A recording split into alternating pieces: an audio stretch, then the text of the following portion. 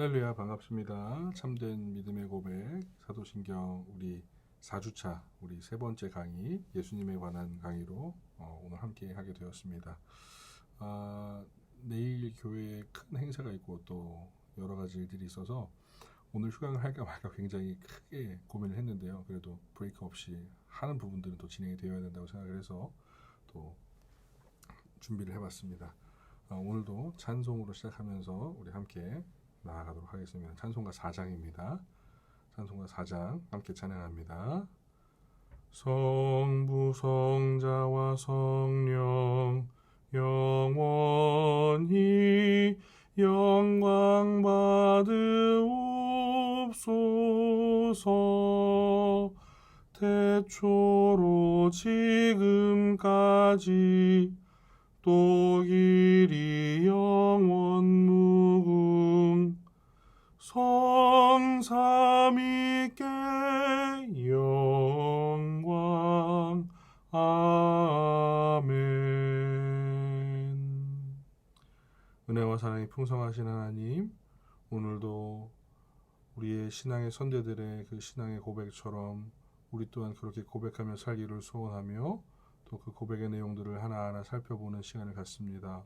하나님, 우리에게 이 고백을 함께 살펴볼 때에 지혜 주시고 또 명철 주셔서 하나님의 말씀 가운데 그것을 바르게 깨닫을 수 있도록 인도하여 주시고 이것이 우리의 참된 고백으로 이어질 수 있도록 은혜를 더하여 주시옵소서. 함께 하여 주시기를 간절히 소원하며 살아계신 예수님의 이름으로 기도합니다. 아멘. 오늘은 참된 믿음의 고백 중 이제 하나님에 대한 고백을 제가 지난주에 하지 않습니까? 전능하사 천지를 만드신 하나님 아버지를 내가 믿사오며 첫 번째 크레도에 대해서 나눴어요.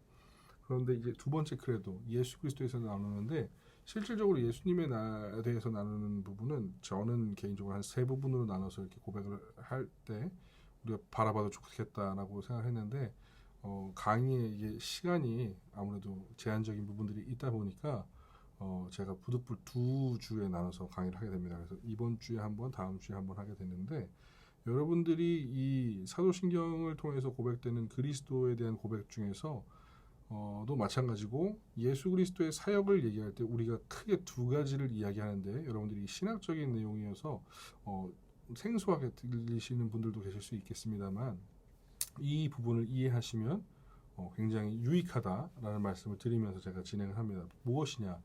예수 그리스도에 대한 것을 두 가지로 우리가 얘기를 하는데 하나는 바로 예수 그리스도의 비하와 예수 그리스도의 승귀에 대해서 알아야 우리가 이 고백이 나온다라고 이야기를 할 수 있습니다.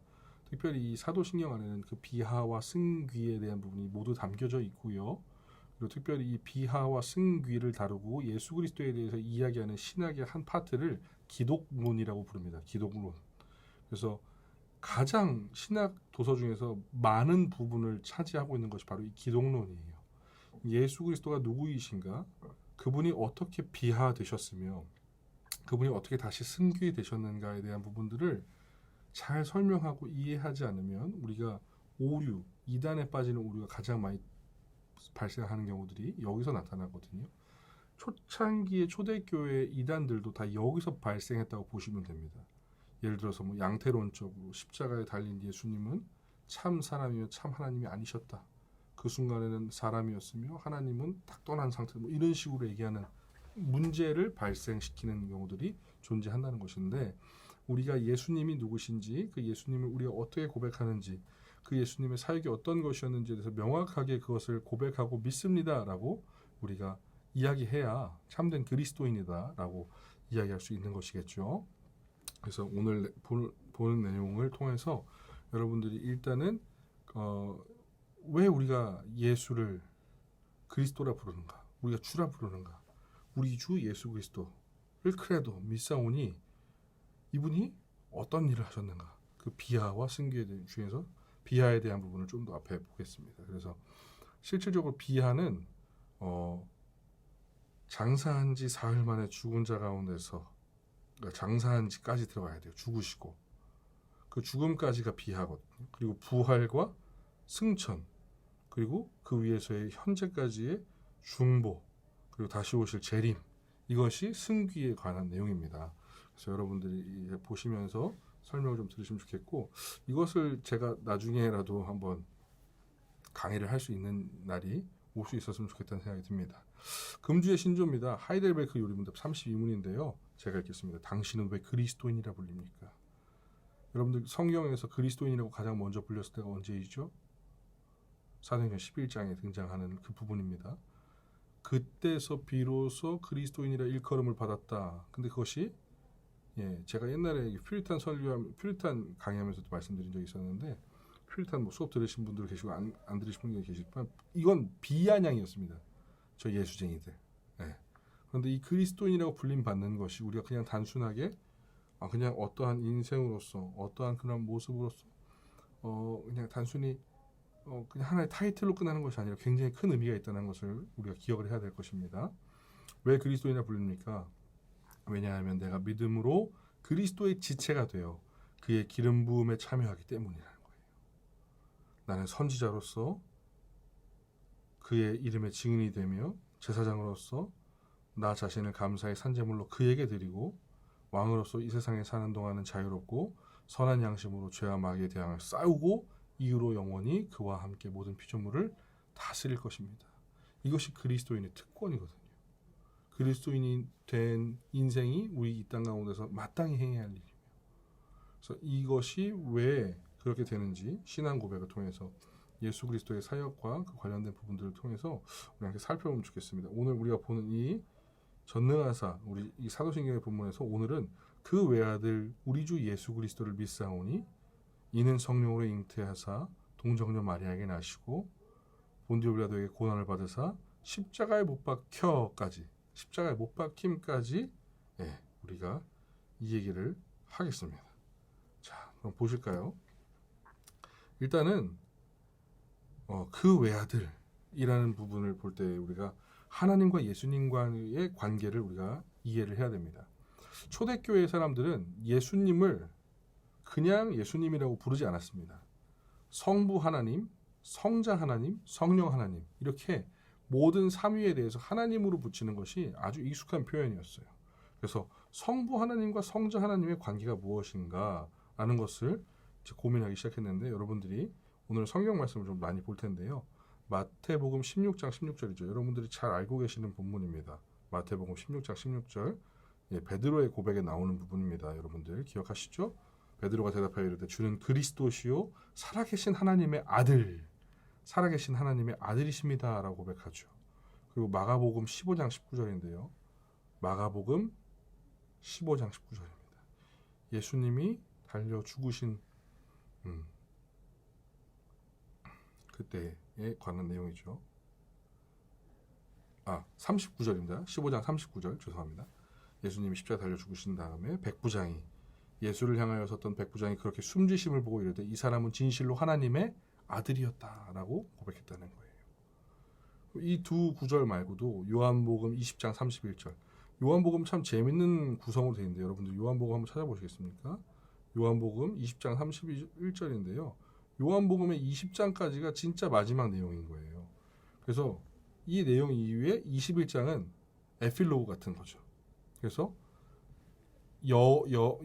여담, 뒷부분의 뒷이야기 같은, 그래서 일곱 제자에게 다시 나타나신 예수님을 이렇게 다른 각도로 이렇게 얘기하면서 보여주고 있는데, 요한복음의 마지막, 실질적으로 편지로서 복음서로서의 마지막 내용은 31절이 되는데, 오직 이것을 기록하면 너희로 예수께서 하나님의 아들인 그리스도이심을 믿게 하려 합니다.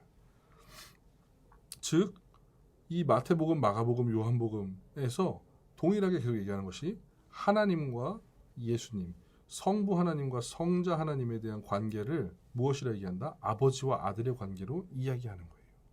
그런데 여러분들 사람이 생각하는 아버지와 아들의 관계는 상하가 존재를 하죠.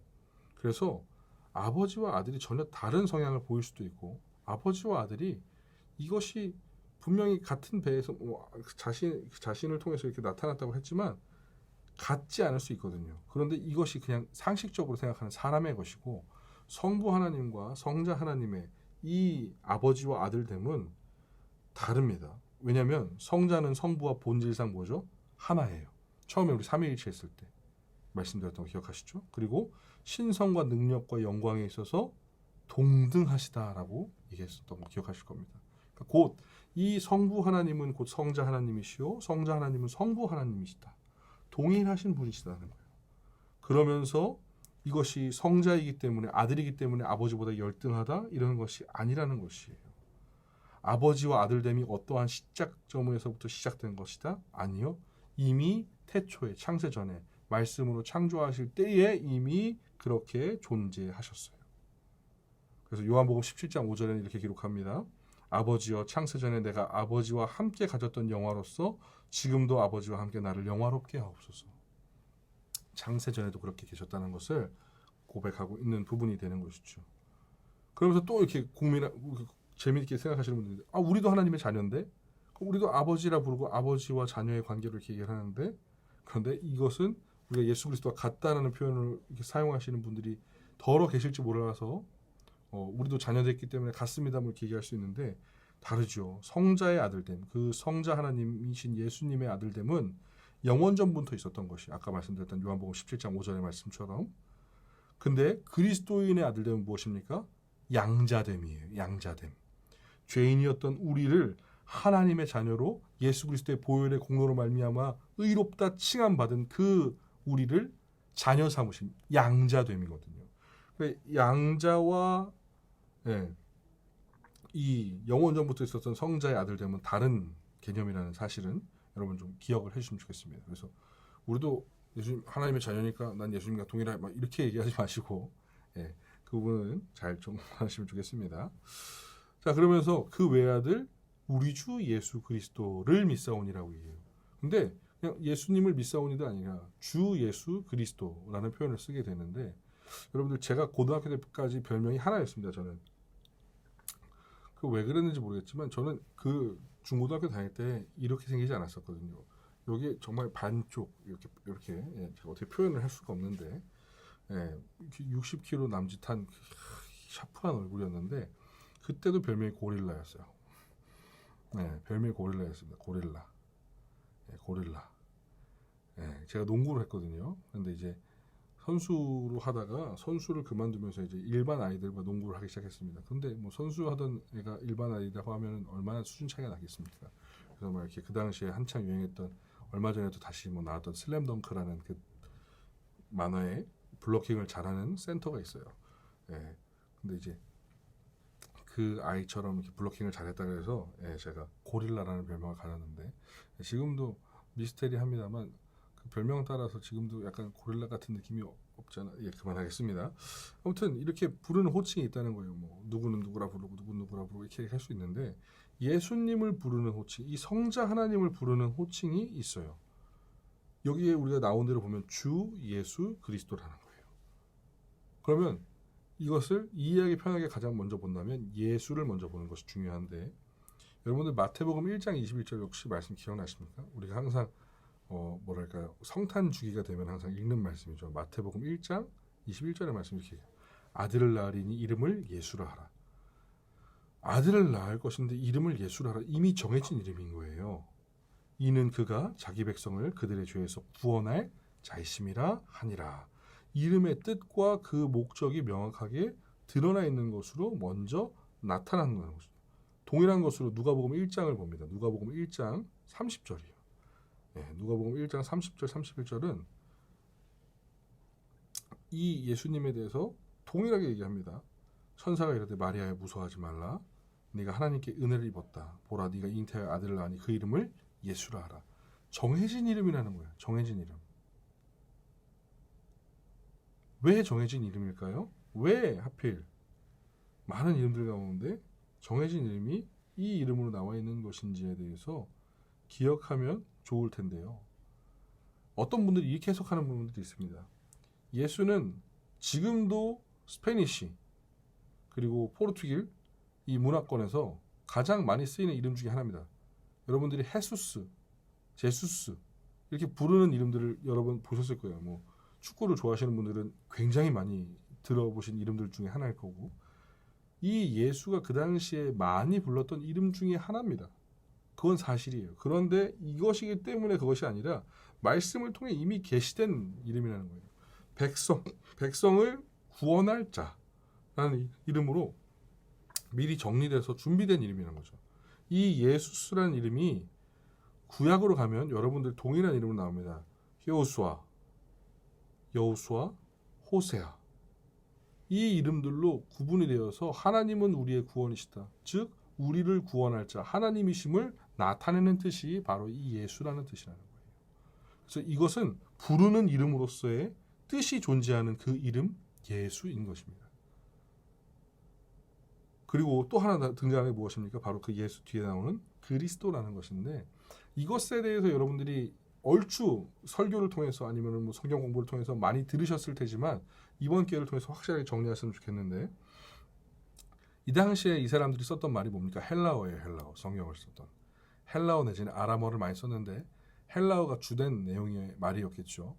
그 헬라어를 항상 이렇게 음가를 번역하거나 아니면은 히브리 말로 번역하는 일이 많았는데 헬라어에서 그리스도를 히브리어로 번역하면 메시아입니다. 메시아. 여러분들이 많이 들어봤죠? 메시아는 여러분들 기름을 붓다라는 마샤흐라는 히브리어의 단어의 명사형인 거예요. 즉 기름 부음 받은 사람. 그럼 구약 성경 가운데 기름 부음을 받는 사람의 종류는 무엇입니까? 첫 번째 선지자, 두 번째 제사장, 세 번째 왕이었어요. 선지자, 하나님의 말씀을 미리 대언하는 사람이죠. 제사장, 하나님의 말씀대로 순종하며 이 백성들의 죄를 하나님 앞에 고하는 예배를 대표해 드리는. 그리고 이 왕은 사람들을 다스리고 통치하는. 이 세 종류의 사람에게 이 세 가지의 직군에만 기름을 마샤흐 했다는 거예요. 그래서 이 히브리어 마샤흐의 명상이 된 메시아, 즉 기름 부음 받은 자라는 뜻이 된 것이죠. 근데 예수님께 왜 기름 부음 받은 자라고 얘기했느냐? 구약 시대에 기름 부음 받았던 선지자와 제사장과 그 왕이 신약에 나타난 이 메시아, 신약의 기름 부음 받은 자다라는 표현으로 메시아가 된 것이죠. 예수님은 선지자셨고 제사장이셨으며 왕이셨다. 제사장이요? 선지자요? 예수님은 하나님의 말씀을 하나님의 나라를 전파하시고 증거하시면서 증언하시고 다니셨죠. 그리고 예수님이 제사장이 되신 것은 본인이 직접 제물이 되시고 자신을 단번에 드림으로 제사장직을 감당하셨고 그리고 왕으로 이 땅을 다스리실 참 하나님으로 이 땅 가운데 오셨기 때문이에요. 그래서 이 삼중직을 감당한 그 메시아 되신 예수님을 그리스도라 부르는 것입니다. 즉 예수 메시아 하면 헬라어 히브리어로 부르는 거니까 예수 그리스도 헬라어로 붙인 것이에요. 이해되시죠? 네. 이 예수 그리스도를 그냥 예수 그리스도를 믿는 것이 아니라 주 예수 그리스도, 이분을 주라 부르는 것은 무엇입니까? 바로 우리와의 관계에 대한 것을 이야기하는 것인데 특별히 여러분들 도마의 고백 가운데에서도 볼 수 있고요. 그리고 로마서 1장 4절이 가장 잘 드러내고 있는데 한번 여러분들 성경을 찾아보시면 좋겠습니다. 로마서 1장 4절입니다. 로마서 1장 4절에 보면 성결의 영으로는 죽은 자 가운데서 부활하사 능력의 하나님의 아들로 선포되셨으니 곧 우리 주 예수 그리스도시라. 우리의 주 예수 그리스도시라. 즉 죽은 자 가운데서 부활하신 그분이 우리의 주님이심을 고백한다는 사실인 것이에요. 그래서 우리가 그분과의 관계 가운데에서 우리는 그분을 따르는 분입니다. 따르는 사람입니다. 우리가 그분의 제자이며 종입니다라는 사실을 고백하는 표현이 바로 주라는 사실인 것이죠. 왜 그렇습니까? 그분이 십자가에 달려서 우리를 위해서 죽으셨어요. 나를 위해서 죽으셨다는 거예요. 제가 좀 정확하게 좀 쓰는 표현인데요. 이건 모든 사람을 위해 십자가에 달려 죽으셨다라고 얘기하는 표현들을 종종 듣는데 하나님은 당신의 백성 이 사실에 대해서 의심의 여지가 없습니다. 즉 우리를 위하여서 당신의 백성을 위하여 죽으신 왕 되신 그 분을 우리가 주로 모시는 것이 응당당연하기 때문에 그 외아들 우리 주 예수 그리스도를 믿는다라고 고백하게 된다는 것입니다. 그래서 이 예수님을 그렇게 우리가 주라 그리스도라 고백하는데 그럼 그분이 무엇을 하셨기에 우리가 그분에 대해서 더욱더 심도 있는 정말로 진중한 고백을 할 수 있느냐? 우리가 그분의 이제 사역들을 바라보게 되는데 아까 제가 처음에 서두에 말씀드렸지만 사역은 두 가지로 존재한다는 거예요. 무엇이요? 비하와 승귀, 낮아지심과 높아지심 이렇게 쉬운 말로 얘기할 수 있는데 실질적으로 이 승귀라는 표현 자체는 이게 번역이다 보니까 조금 한계가 좀 있는 것이 좀 사실입니다. 뭐 옛날에 이게 오를 승자인데 왕이 죽을 때 승하했다 그러지 않습니까? 이것도 오르다는 얘기인데 요 죽음과는 관련이 없는 얘기거든요. 그러니까 이 승기에 대해서 오를 승자를 썼다는 건 귀하신 곳으로 다시 올라갔다라는 그 표현을 사용하기 위해서 승기라는 표현으로 번역한 것으로 제가 이해를 합니다만 승기라는 표현으로 다 설명이 되지 않을 만큼 정말로 온전해지신 다시 그 하나님으로서의 그 완전하심을 나타내심을 보이는 것인데 비하는 뭐 말 그대로 여러분 잘 아시는 대로 자기 자신을 낮추셨다라는 거예요. 자기 자신을 낮춤이라는 표현으로도 국어사전에 이렇게 등재가 되어 있는 단어인데 비하라는 말은 좋습니다. 예, 뭐 다른 표현은 경시, 멸시, 업신여김 뭐 이런 표현으로 쓸 수 있는데 이게 영어 단어로 봤을 때 제일 저는 잘 맞다고 생각해요. 이 비하의 영어 단어가 humiliation이거든요. humiliation인데 humiliation이 조롱이에요. 조롱. humiliation이라는 단어가 조롱이라는 뜻인데 예수 그리스도께서 조롱받으신 거라. 조롱받으신 거. 여러분 이게 여러분들이 이해가 되셔야 돼요. 이게 여러분들의 마음에 굉장한 큰 울림을 줘야 됩니다. 여러분들이 상상할 수가 없어요. 이 감이 이건 제가 이렇게 설명하는 것이 옳을지 모르겠다는 생각이 들 만큼 너무 비교하기가 너무 부끄러운 일인데 삼성의 이재용 회장이 거지 코스프레를 했다고 가정을 하겠습니다. 거지가 되어보고 싶어서 뭐 그렇게 살았다고 가정을 해볼게요. 뭐 노숙을 하거나 아니면 뭐 며칠을 굶어야 되거나 이런 걸 봐도 저 사람이 저렇게 하는 게 말이 될까 싶을 거죠. 네, 참 신이신 하나님이 인간이 되셨다는 거예요. 아무 죄도 흠도 없으신 그 하나님이 인간이 되셨다고요. 왜요? 죽음을 모르시는 그 하나님이 우리를 위해서 대신 죽기 위해서. 이게 조롱이 된 거예요. 사람에게, 사탄에게.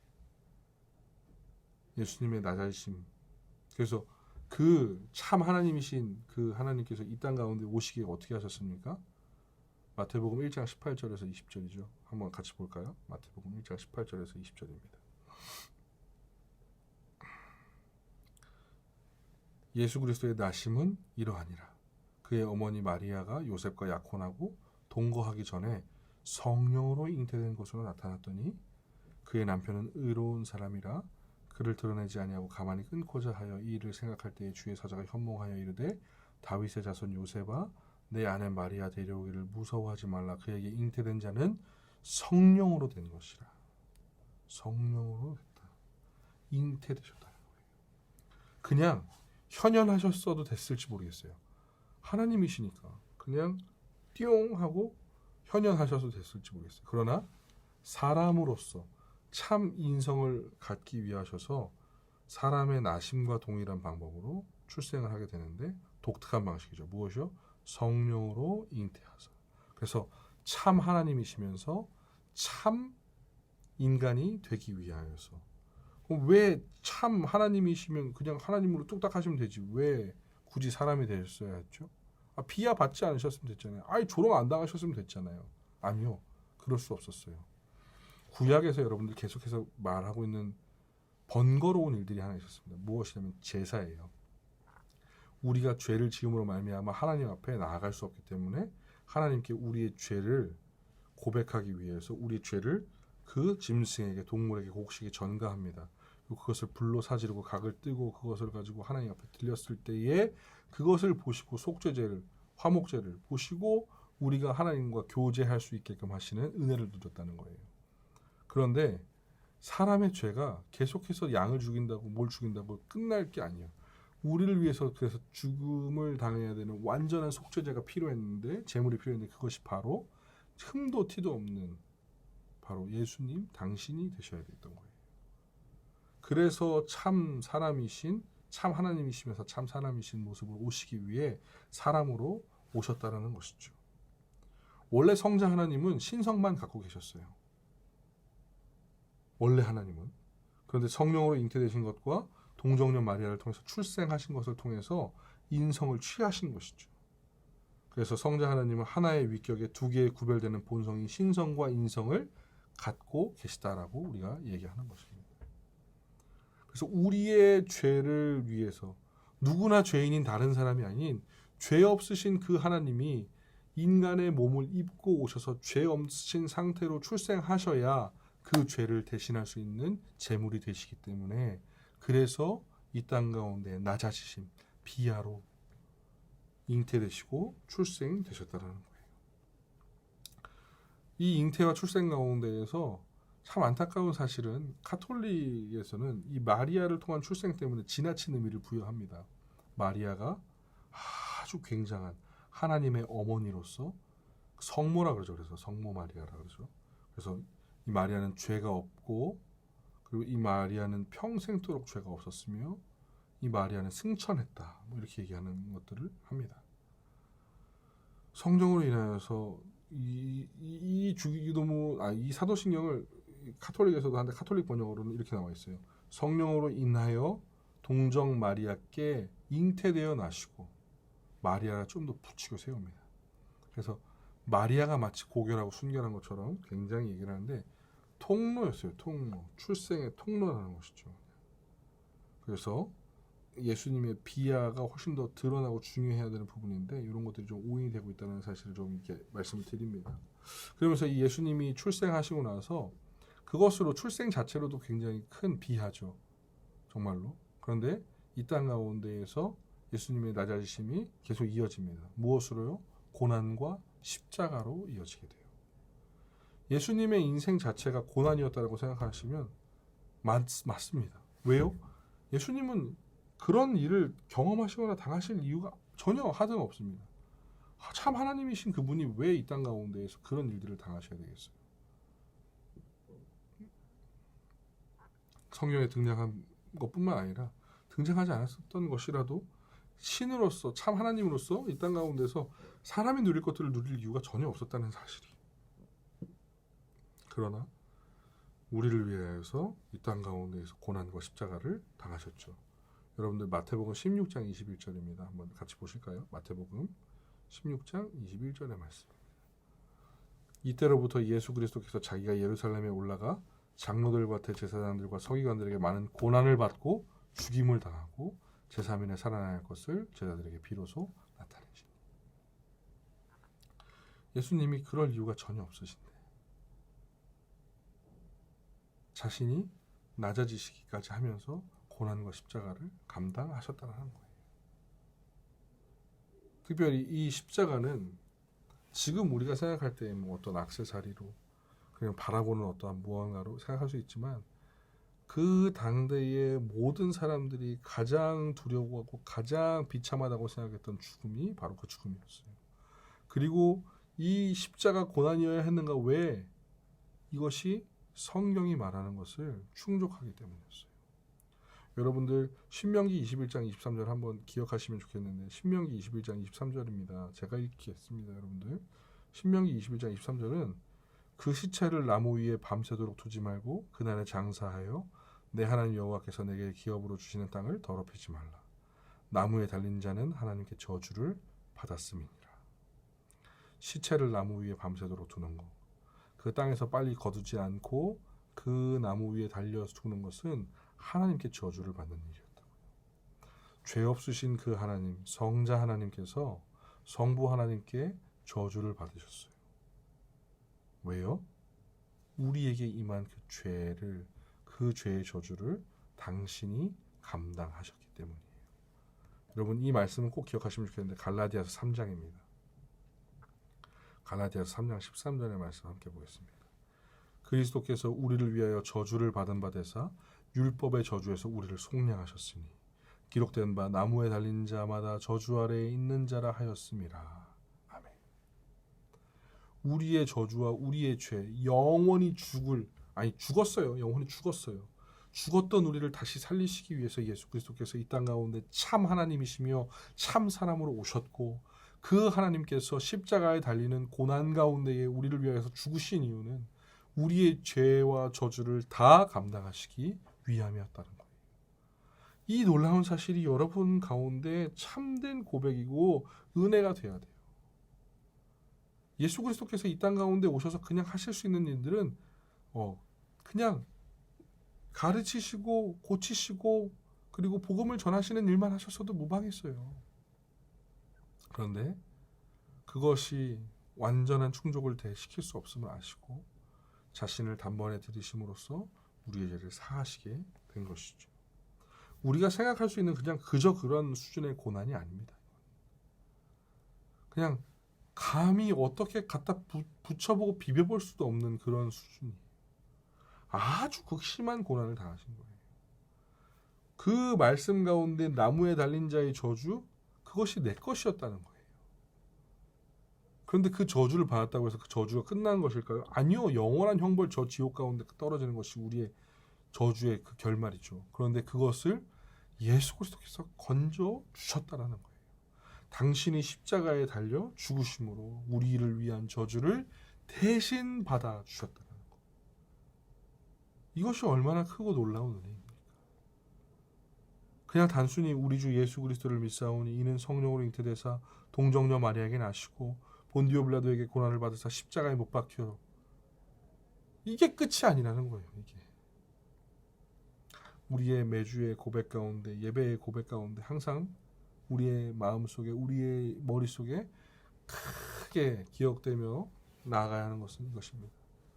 우리를 위하여 낮아지신 예수 그리스도께서, 그 성부 하나님의 아들이신 성자 하나님께서 나를 위해서 너무나도 큰 사랑을 베풀어 주셨다는 사실. 그래서 나는 그 예수 그리스도, 성부, 성자 하나님을 믿는 예수 그리스도를 믿는 그리스도인으로서 이 땅 가운데 내가 얼마나 큰 이름을 지니고 살고 있는가. 그리스도, 아까 말씀드렸죠. 삼중직이에요. 삼중직. 그럼 나 또한 그 예수 그리스도를 머리로 하며 그 몸에 지체된 나, 이 교회인 나, 예수 그리스도에 지체된 나는 그 기름 부으심 가운데에 나도 참여하여 내가 선지자로서 이 땅 가운데 주를 전하고, 내가 제사장으로서 나를 온전히 드리며 예배하는 인생으로 살아가며, 그리고 결과적으로 내가 이 땅 가운데에서 죄와 철저히 싸워내서 이겨 승리하며 나중에 이 땅 끝에서 저 천국에서 영원히 하나님과 왕되어서 통치할 그날을 소망하며 나아가는 복된 성도가 되어야 된다는 거예요. 그게 그리스도인이 오늘날 갖는 참된 의미인 것입니다. 사랑하는 성도 여러분들, 이것을 기억해야 해요. 이것을 모르고 그냥 우리가 단순히 연불 외우듯이 사도신경을 한다면 여러분들한테 사도신경은 아무런 의미가 없습니다. 그것이 참된 고백이라고 말할 수도 없는 것이에요. 초기 교회의 세례 문답으로 이것을 얘기할 때 이것을 얘기함으로써 이것이 옳다, 크레도, 믿는다라고 얘기하는 그 순간 죽임을 당할 수 있는 사람들도 충분히 많았어요. 근데 그것이 그들에게 참된 복이었습니다. 왜요? 이 본질의 내용이 그들의 심령 가운데 있었기 때문에. 오늘의 살아가는 우리에게도 동일한 것이에요. 멀리 떨어진 것처럼 생각하는 것이 아니라 동일한 것으로 받아들이고 우리가 생각해야 되는 거예요. 나를 위해서 낮아지신 그 하나님, 성자 하나님, 그 예수 그리스도께서, 우리 주 예수 그리스도께서 나를 위해서 그 행하신 그 비하로 말미암아 내가 얼마나 승리되었는가, 내가 얼마나 존귀로운 자녀가 되었는가라는 사실을 기억해야 한다는 것이죠. 그렇기 때문에 베드로전서 2장 9절의 말씀은 우리한테 항상 큰 감사와 감격을 주는 말씀이 되는 것입니다. 그러나 너희는 택하신 족속이요 왕같은 제사장이요 거룩한 나라요 그의 소유가 된 백성이니 이는 너희를 어두운 데서 불러내어 그의 기이한 빛에 들어가게 하신 이의 아름다운 덕을 선포하려 하게 하십니다. 사랑하는 우리 수강생 여러분들, 여러분은 그리스도인이십니까? 그렇다면 이 참된 고백으로 여러분들의 이름표를 붙인 그 그리스도인이라는 이름에 걸맞는 인생을 사시기를 간절히 소원합니다.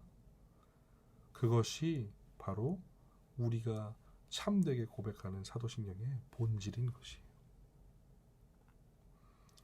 오늘 이후에 이제 승귀에 대한 부분들도 또 보게 될 텐데, 여러분들 그 승귀에 대한 부분 이전에 비하에 대한 부분이 하나 더 있죠. 여러분들 무엇이냐? 죽으시고 장사한 지 사흘 만에 죽으신 것이에요. 근데 여러분들 그거 아십니까? 이 죽으심 가운데에는 원문에 그냥 기록된 거, 그리고 우리나라의 초창기에 기록된 그 사도신경의 내용에도 들어가 있는 내용이 하나 있습니다. 바로 음부에 내려가시고입니다. 음부에 내려가시고 지옥에 가셨다는 거죠. 이게 무슨 얘기인가? 네, 이것이 바로 사도신경에 나오는 지옥 강화설이라는 것인데요. 예, 이것을 시작하면서 다음 주를 한번 열어보도록 하겠습니다. 아무튼 오늘의 이 내용들, 그의 외아들 우리 주 예수 그리스도가 누구신지, 그리고 그분이 우리를 위해서 그 낮아지신 그 사역이 우리를 얼마나 존귀하게 하셨는지, 그로 말미암아 우리에게 세워진 이 그리스도인이라는 이름표가 부끄럽지 않은 인생이 되는 여러분들 되었으면 좋겠습니다. 아무튼 오늘도 정말 수고 많으셨고, 여러분들 우리가 예수 그리스도를 믿음으로 말미암아 우리가 얻게 된 것 바로 그리스도인이라는 이름표입니다. 그 이름표를 여러분들의 마음에, 여러분들의 삶에 붙이셨을 때 정말로 이 예수 그리스도의 낮아지심으로 말미암아 이 그리스도의 그 놀라운 역사가 우리 가운데 드러날 수 있도록 여러분들의 삶을 살아내실 수 있는 귀한 은혜가 있기를 간절히 소원합니다. 퀴즈를 내야지 여러분들이 또 출석을 확인하시겠죠. 자, 십자가의 고난을 당하셨는데 왜 십자가의 고난을 당하셔야 했습니까? 바로 어디에 달린 자마다 저주를 얻기 때문이라 하고 신명기 말씀에 기록되어 있기 때문입니다. 어디에 달린 저주, 우리를 향한 원래의 저주였어야 할 그 저주를 어디에 달리심으로 십자가, 신명기에서 말하는 어디, 이 두 글자를 저한테 보내주시면 되겠습니다. 오늘도 수고 많으셨고, 다음 주에 예수 그리스도의 비하, 다음번 세 번째 비하와 더불어서 승귀로 함께 또 만나면서 같이 교제하도록 하겠습니다. 오늘도 수고 많으셨습니다. 들어주셔서 감사합니다.